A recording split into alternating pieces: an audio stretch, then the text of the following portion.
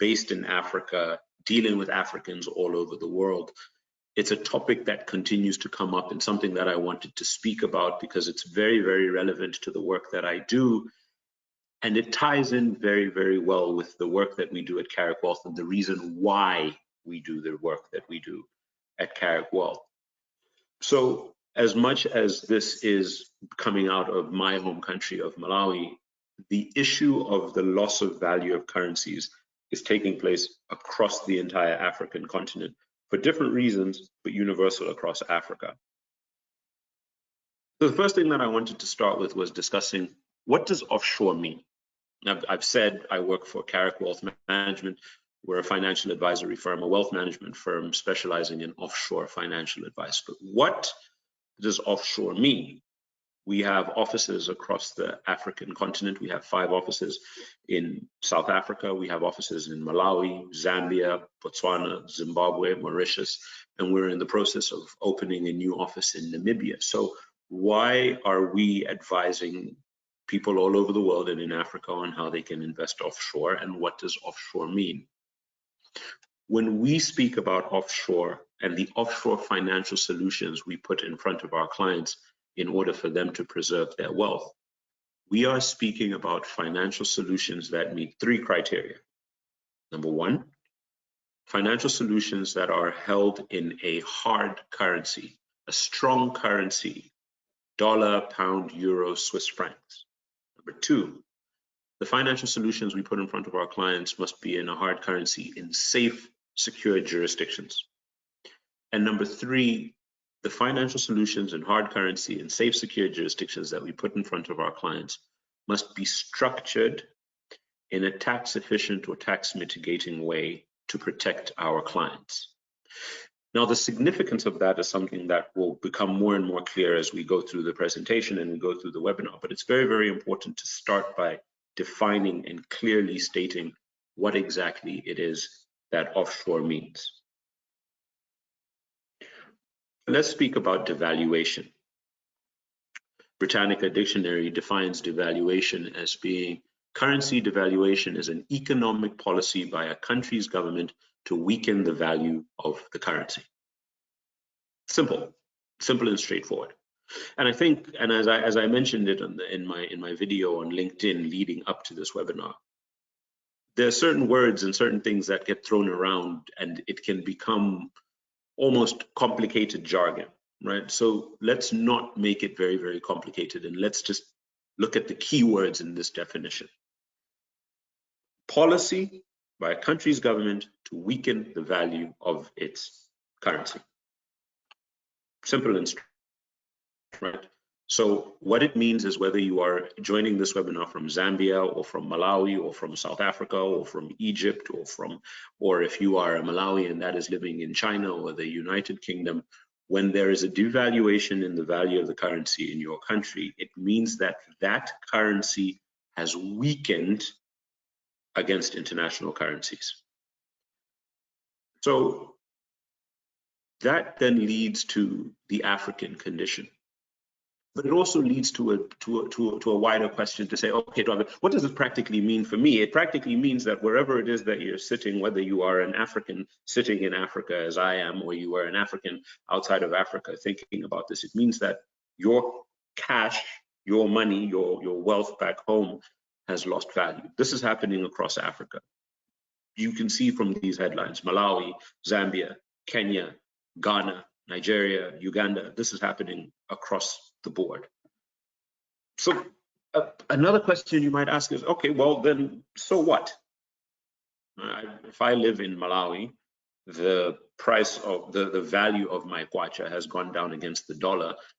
We don't use dollars in Malawi, we use kwachas, right? So one could argue and say, so what if the value of the Malawi kwacha has gone down? So what if the value of the Zambian kwacha or the Nigerian naira or the Kenyan shilling or the South African rand, so what if it's gone down? I get paid in kwacha, I pay my bills in kwacha, I pay my, so what if, so why is this a relevant consideration for Africans on the African continent? Why is this a big deal? And the reason why it's a big deal is because what does value actually mean? and what goes into the value of a country's currency? What goes into the value of the Malawi kwacha? And roughly speaking, you can say the value of your currency is A, what you can buy with it, and B, what someone is willing to pay you for it. So what you can buy with it. And a question that I have been asked frequently over the last 2 weeks is, why do governments devalue currencies? Why does any government at any point devalue currencies? There's two reasons. There's two main reasons that a government will devalue a currency. Number one, it is to make the price of its exports cheaper and more competitive. Because if we are, as a country, wherever you're from, Zambia, Nigeria, if you are exporting things, the people who are buying those exports are going to buy your local currency in order to get them. If the value of your currency goes down, it becomes cheaper for the person who's buying the exports from you. So it makes your exports a lot more competitive. The second reason that you would devalue your currency is to reduce a trade deficit. And a trade deficit is defined as the difference between your imports and your exports. So if you are a country that imports a lot and the country wants to reduce the amount of importing that's being done by the country and the people of the country, they will devalue the currency to make imports a lot more expensive. And this is normally done in economies where there are local industries that need to be protected, local manufacturing that needs to be protected from imports that are coming in to affect those imports. So we're looking at imports and exports.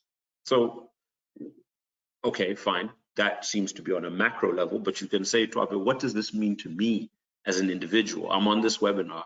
What does this matter to me when you talk about what I can buy with it and what somebody is willing to pay for it? Fundamental problem is that most African countries are net importers. So let's just think about everything, everybody who's on this webinar, think about everything that you've done since you woke up this morning. You got out of bed, you got into the shower. The soap that you used was imported. You brushed your teeth. The toothpaste that you used was imported. You put on your clothes to go to work today. The clothes that you wore were imported. You got into your car, the car that you drove to work was imported. You stopped at the filling station to put fuel in the car. The fuel that you put in your car was imported. You called your boss to tell your boss you were going to be late. The phone that you were using was imported. You sat down at your desk. The furniture that you are sitting on right now while you're at this webinar was imported. The lunch that you're going to have, if I finish this webinar in good time, there's a very, very good chance that the food that you're eating, part of that food was imported. And the reason why that is relevant, because if we go back to the definition of a devaluation, it literally means that every single time that the currency devalues, all of these things around you that you are using, because your currency is getting weaker, are becoming more expensive. So every single problem that you have, every issue you've confronted since you woke up this morning, because it's imported, is a dollar problem. So how can you fix a dollar problem with a kwacha solution, or a shilling solution, or a rand solution, or a naira solution? Because as I've said, most African countries are net importers. So let's look at this issue of currency devaluations. And let's look at it in the fullness of time. Because if we only talk about what has happened over the last 2 weeks in Malawi, then we're not framing the conversation correctly. Because we need to look backwards and we need to look forwards and we need to look at this as a continent as a whole. And for the purposes of this webinar, I'm just going to focus on Malawi because that's where I'm from, and that's what's most relevant and in the front of my mind at this moment in time. In 1992, $1 was 1 kwacha 2 tamba. 1992. It's the second row on this table. Prior to the devaluation, $1 was 1,102 kwacha. That is an annual loss year on year on the Malawi kwacha since 1992 over a 31-year period of 26.22% on average year on year. So that's the loss year on year going backwards. So if we extrapolate this forward, in the next 29 years to 2052, if the kwacha continues to devalue at the same rate that it has been devaluing over the last 30 years and the trend continues, in 2052, $1 will be 1.1 million kwacha. This is a phenomenon that is taking place across Africa, irrespective of where you are. Similar to the Zambian kwacha, similar to the Kenyan shilling, similar to the Ugandan shilling. The fact is that these local currencies are losing value against the United States dollar. So where do Carrick then come in? Because I started this by saying that I'm a financial advisor that works for a financial planning and wealth management firm. And one of the main things that has come out of all of the discussions I've had with people about the devaluation over the last 2 weeks is the relationship between devaluation and inflation, and what this fundamentally means as a whole, because these things don't happen in a vacuum. The moment that the currency value goes down, the price of things start to go up. And this is a phenomenon that's taking place all over Africa, but primarily in Malawi, you've seen the price of goods going up by at least 44%, in some instances, even more. So from a wealth management and financial planning firm, from the perspective of wealth management and financial planning, where does Carrick come in, and what effect does this have on your wealth and your future? Whether you are in Africa at the moment or you are an African outside of Africa, what exactly does this mean? It affects your ability to plan for the future. Last week, it was announced that South African Airways would be pulling out of Malawi and would no longer be issuing any tickets to Malawians because of the devaluation and the change in the economic environment. So here's a real life example of what devaluation really means in your ability to plan for the future. I have a colleague who has a friend. This person is a Malawian that is studying in Cape Town. Their father bought them a plane ticket to come home in December for the holidays. This ticket was bought a few months ago. South African Airways announced that they were canceling flights to Malawi and wouldn't be coming to Malawi anymore. They called this gentleman and said, "We are canceling your ticket. We are refunding you all of the money." This gentleman then took the money that he had been refunded, that he had paid for a return ticket for 2 months ago, and went to another airline, and the price had doubled. What that practically means is that the money that he was refunded, the same money that he had, is now not worth enough money to buy the same ticket on the same route back to the same country. So how do you plan for the future when the value of your money can reduce in such a short period of time? I started the webinar by talking about what is offshore. And the first thing I said was that it is financial solutions that are in hard currency in a safe and secure jurisdiction.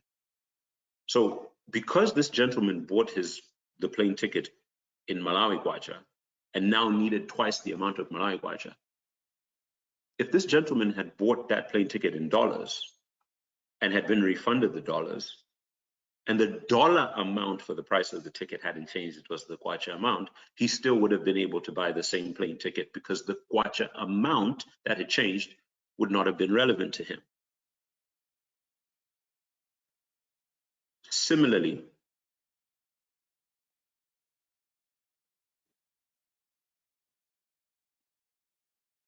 if we're talking about planning for the future and the relationship between devaluation and inflation, we look at property. Property being one of the major tools that we use for wealth preservation for our clients. And I bring this one up specifically because across the African continent, Africans love to invest in property. If you look at property as a wealth preservation tool, what has happened in Malawi over the last 2 weeks when it comes to property? What has happened is that if you own a property in Malawi, and you are getting rentals from that property in Malawi, the ability of your tenant to meet their rental obligations has reduced over the last 2 weeks because the price of everything is going up. It also means that the value of your property has now been inflated in a way that is not realistic to the buying power of that property. It also means that if you own a property on a mortgage, your ability to repay that mortgage has also been affected. So when we talk about taking financial solutions into hard currency in safe, secure jurisdictions, what we're saying to our client is, why not preserve your wealth by investing into a property offshore in the UK, for example, where the rental income that you earn is in pounds, the appreciation of the value of your property is in pounds, and is not in Malawi kwacha. If we think about investments, money market investment, cash, and I'm using these examples because these are the questions that people have been asking me about the devaluation over the next couple of weeks, literally just looking at the value of the money that you have in the bank. This gentleman who I mentioned who bought the plane ticket is a very good example of that. The value of your cash, the value of your investments over the last 2 weeks has literally been affected. And this is happening all over Africa, where literally the value of your savings, what you've been planning to do with your money, has been affected just by the rate at which the currency has lost value. Something that's very, very near and dear to me, and I mentioned it in my video on LinkedIn, is about retirement. And that was the reason that I added this slide to the presentation. My parents live in Malawi and are both retired. And them both being retirees says to me that the price of things in Malawi continue to go up. Are their pensions that they hold going to be sufficient to sustain them for the rest of their lives? They don't work anymore. There's no more income that comes in for them. So are they going to be able to look after themselves once they have retired? So if you're on this call, and whether you are in Africa at the moment while you're on this call, or you have parents that are in Africa, or you yourself who will eventually one day retire, if all of your savings, if all of your parents' savings or all of your parents' pensions are held in Malawi, are they going to be able to sustain themselves and look after themselves with dignity into old age? What kind of retirement are you going to have if all of your money is held in Malawi kwacha? Carrick Wealth Management is an African firm operating in Africa, primarily dedicated to Africans. I started the webinar by talking about what does offshore mean. And why is it that we are only in Africa? Because what is it that all African countries, almost bar none, have in common? There are three things that all African countries have in common. Number one is currency risk, which we've spoken about at great length just this morning, about the value of your currency losing, the currency losing value very quickly. The second is inflation risk. Inflationary pressure on African countries is very, very high.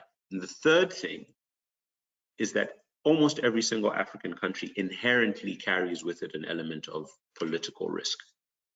And what that means is that for the Malawians on this call, if there's a change of government in 2 years, that will have an effect on the economy. Similarly, what happened in Kenya. Similarly, what we've seen happen in Zambia. Similarly, what might happen in South Africa. Similarly, what happens in Nigeria. These are all realistic factors of living on the African continent. And what that means, and what that means to your wealth, is that there are external factors that are affecting the value of your wealth, the value of your money at any given point in your ability to plan for the future. So what we are trying to do is de-risk an individual's investments, de-risk an individual's wealth, de-risk an individual's child's future, de-risk an insurance policy that is going to pay out in dollars instead of paying out in kwacha for the betterment of one's family. So practically, how does Carrick help their clients to protect themselves? Because the title of this webinar was Wealth Preservation in a World of Inflation and Devaluation. And one of those steps to mitigate risk is by placing our clients' financial solutions into hard currency, so that when these fluctuations in the local currencies are happening, if you have an investment or wealth held outside of Malawi, you're able to at least maintain your spending power because your investments are held in dollars, pounds, or euros. So what are some of the practical examples of hard currency investments that we're able to put in front of our clients? Our clients have taken advantage of regular savings plans. These are clients that are coming to us and saying, Twape, my child is going to go to university in 10, 15, 20 years. I want to put money away on a regular basis so that there is a fund that is available for my child when it's time for them to go to university. We've taken advantage of structured notes. Working closely with some of the top banks in the world like Morgan Stanley and Goldman Sachs, we're able to offer our clients structured products that give capital protection with guaranteed returns in dollars on an annual basis. The use of discretionary fund managers to help our lump sum clients to be able to place their funds with an active investment manager that is actively investing their money globally to be able to take advantage of assets all over the globe in order to grow their wealth at a rate that you would not be able to see in Malawi or even in Africa. Property. We have direct property investments to allow our clients to invest into properties in places that meet all of the same criteria that we would consider if we're considering putting our client into a cash investment: capital appreciation, regular safe secure income, as well as the ability to leverage that property to purchase other property. And trust structuring. Trust structuring to allow our clients to be able to have a succession plan. And what you'll notice is that through the examples that I've given in previous slides, and even just on this slide as well, it's about time and it's about a journey, because it's taking you from a position of being able to build up your wealth, secure and preserve your wealth, and then protect your wealth, and how you pass that on to future generations through the setting up of offshore wills and offshore trusts. I mentioned also safe, secure jurisdictions. And that's the reason why I bring up political risk. Because the way that we de-risk our clients' investments is that once it is in a hard currency, in one of these solid solutions that I've mentioned, it also needs to be safe and secure, because there's no good of it being in a hard currency if it's not in a safe, secure place where that sort of political risk is affecting it as well. So the types of jurisdictions that we're working in are highly, highly regulated and tax efficient. And the regulation is important because it is the peace of mind that it gives our clients to know that these investments are being held in highly regulated jurisdictions, so I know that my money is safe and secure. We're putting our clients in jurisdictions that have inherent government protection built into the investment. Places like the Isle of Man that offer up to 90% government protection on the capital that you put in, so that no matter what happens to your investment, you are guaranteed that up to 90% of the capital that you put in will be returned to you if there is anything to happen to the investment or the custodian of those investments. As well as gross roll-up. Gross roll-up meaning that because of the regulations and how the laws are written in some of these jurisdictions, any gains that you get from capital that you invest is paid back to you without the deduction of any withholding taxes or capital gains taxes. This is practically how we are helping our clients to secure themselves and protect themselves from all of the risks that we have discussed in this webinar up until this point. Which then brings me to Carrick Wealth as an organization and the Carrick group of companies. Because what we've done over the last 9 years is to create a company that is perfectly structured and perfectly positioned to be able to help a very, very diverse group of clients across the African continent and globally. Carrick Wealth, the organization that I work for, gives direct customer advisory services on wealth management and financial planning. Carrick Consult is a subsidiary in the Carrick group of companies, which is a fully fledged fiduciary services company, helping our clients with any tax advice that they may need. Carrick FX, as we've already discussed, and is probably one of the most pertinent companies within the Carrick group of companies, as we've just been discussing devaluation, is a company that is fully dedicated to offering forex services for clients that need to move money out of one currency into another currency in order to be able to place it into their investments. Carrick International Property is a fully fledged company that we have with a dedicated team of advisors that helps our clients to invest in properties. And this has been a game changer for us because our ability to get mortgages in Europe for African passport holders has been one of the things that has unlocked a world of opportunities for African investors. Carrick Catalyst is a business-to-business company that was set up in order to be able to go directly to corporates and offer them some of the same services that we offer. And Linked Investment Managers is a boutique investment in DFM company within the Carrick group of companies, because we are committed to always driving down our clients' fees as much as possible. So by setting up an in-house boutique investment in DFM service, which has consistently shown great returns, we are able to place our clients into discretionary funds that are with a discretionary fund manager that allows for the reduction in costs so that they can get the best returns out of their business. This constellation of companies that we have set up as Carrick, we feel has put us in the perfect place that for whatever kind of client, wherever they are coming from, we are perfectly placed to be able to find exactly what solution it is that they need and be able to provide it quickly and efficiently. In closing,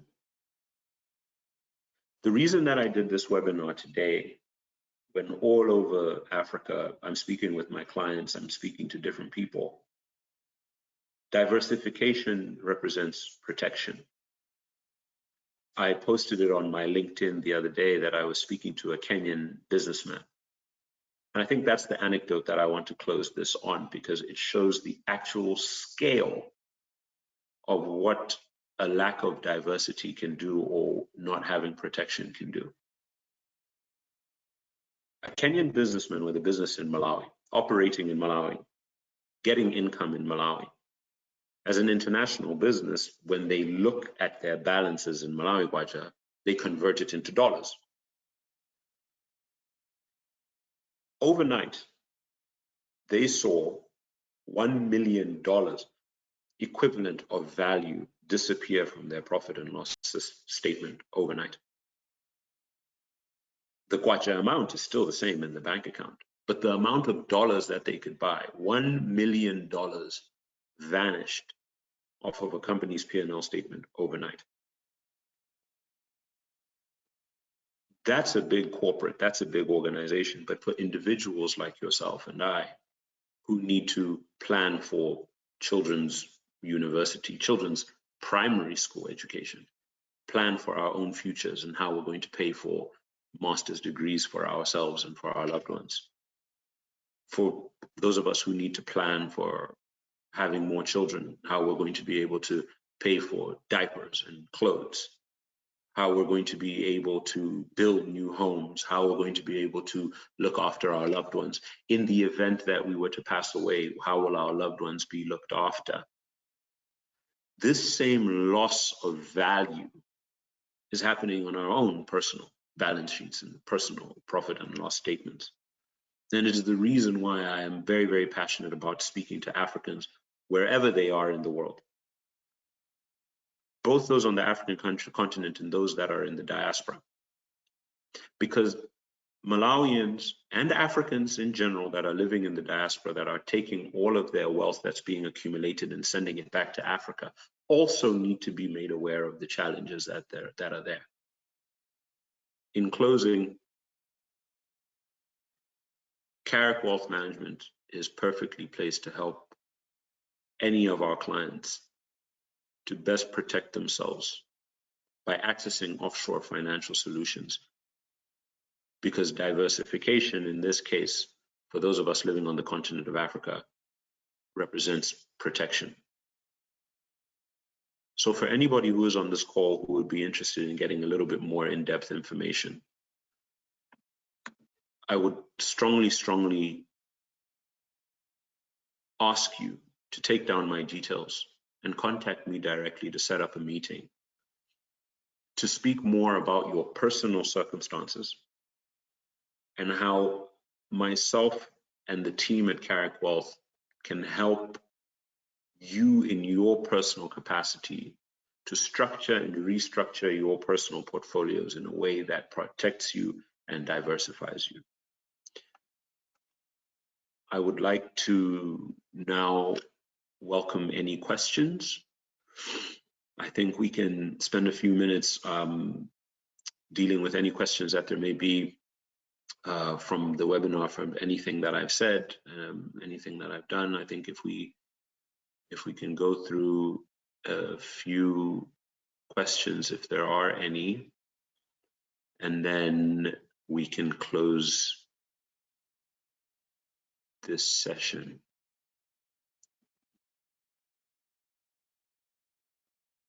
There's a question that has come through which says, I'm currently living in Nigeria. Would I be able to access Carrick's offshore financial solutions? Yes. The answer to the question is yes. You absolutely would. There's no limitations based on you being in Nigeria or where you are from. We would just need for us to take a look at exactly where the funds are held, and we would work together to find a solution in which we can help you to position yourself offshore. But being from Nigeria is not being in Nigeria is not a limitation at all.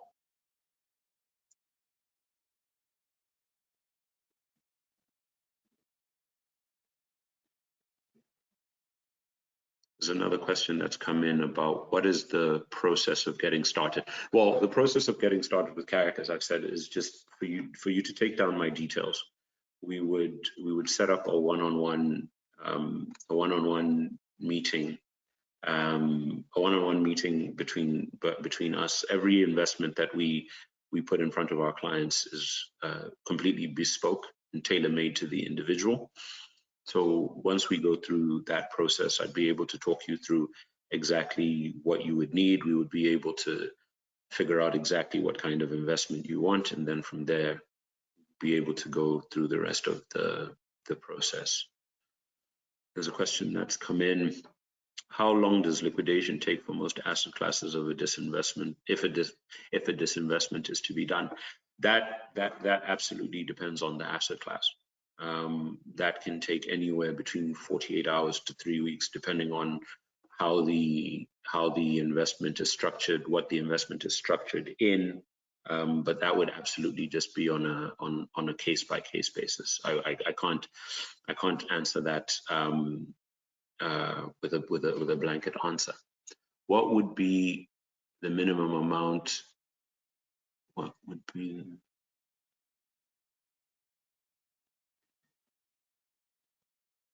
be the minimum amount? Sorry, I don't know. What would be the minimum amount if somebody was to invest in such an investment? Well, I don't know. I wouldn't be able to answer that because it would depend on exactly what kind of investment you go for. Is it a regular investment? Is it a lump sum investment? Is it a life insurance solution? Is it a property? So that's probably a question best answered by looking at your individual circumstances. So that's something that we could definitely discuss in greater detail. Will you share the recording? Yes, the recording will automatically be sent to you in the next 24 hours. As long as you're registered, the webinar will be sent directly to your the email that you registered with within the next 24 hours.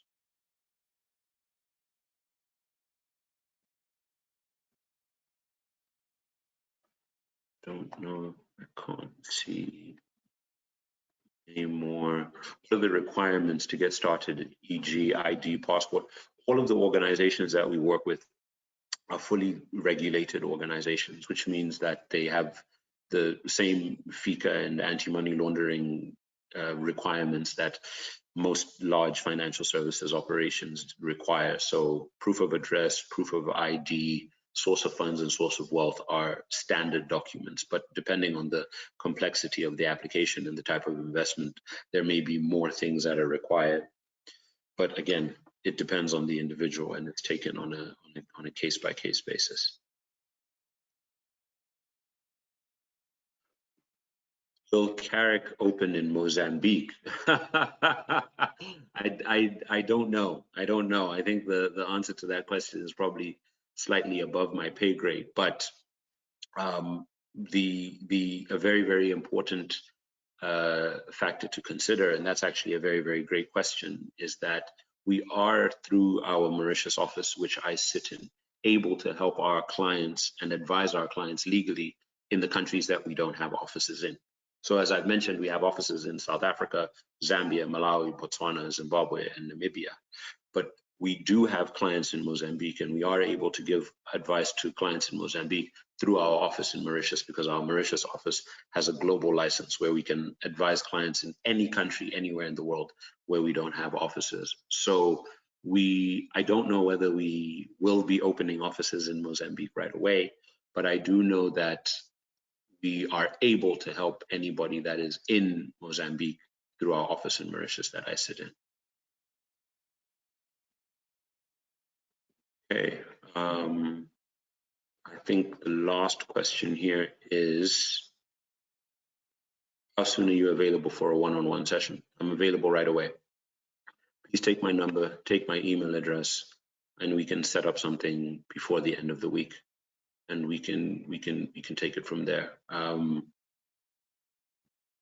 Please reach out, and if for any reason there is anybody who you would like to you think would be interested in having a conversation similar to the one that's been had on this webinar today, please also feel free to direct them to my LinkedIn, just in case you didn't get the details and you weren't able to. Please feel free. My LinkedIn is Twape Mtila. They can reach out there. They can message me directly, but I am available. I'm available right away for any one-on-one sessions.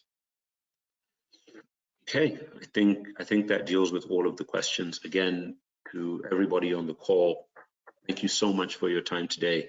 Thank you for taking the time. Please feel free to reach out to me if there are any questions that come up later or after you've gone through the recording.